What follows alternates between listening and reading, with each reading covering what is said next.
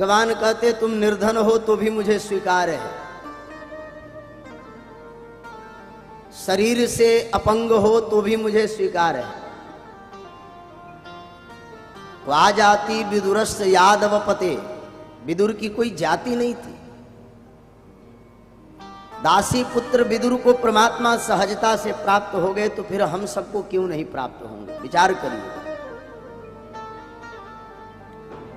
उस केवट ने किसी यूनिवर्सिटी में पढ़ करके परमात्मा की स्तुति पूजा पाठ करी, जिसके घाट पर परमात्मा जा करके गंगा नदी को पार करने के लिए नाव मांगते हैं और केवट डंके के चोट पर कहता है कि मैं नहीं दूंगा, फिर भी ठाकुर जी उसको गति प्रदान करते हैं।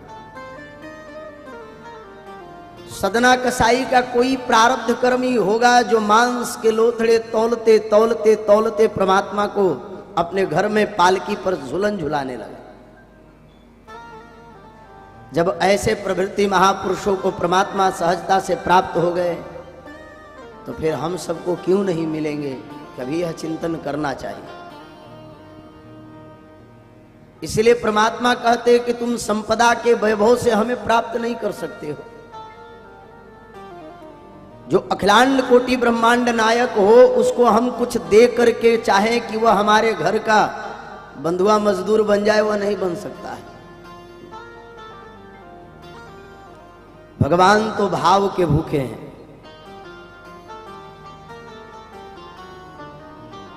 वह आपके संपदा से रिझने वाले नहीं हैं। जो ब्रह्मांड निकाया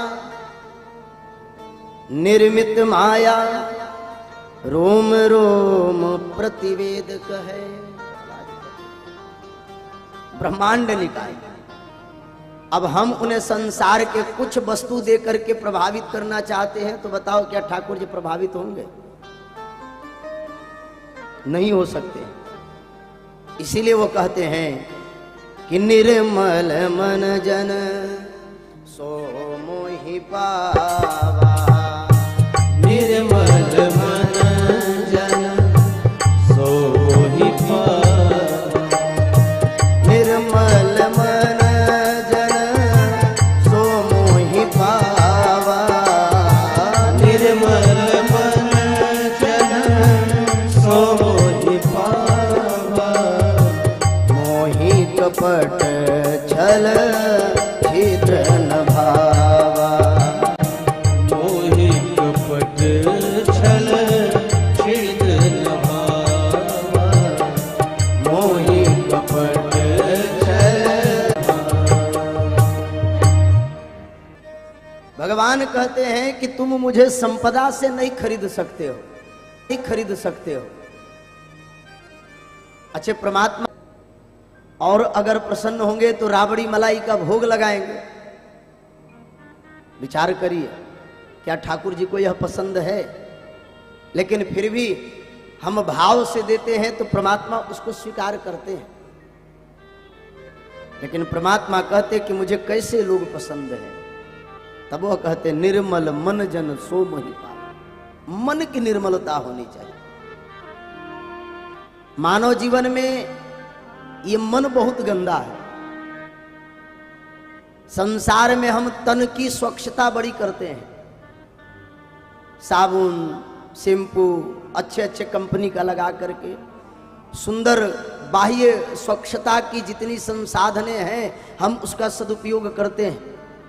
अच्छे अच्छे सेंट, अच्छे अच्छे परफ्यूम सब लगाते हैं।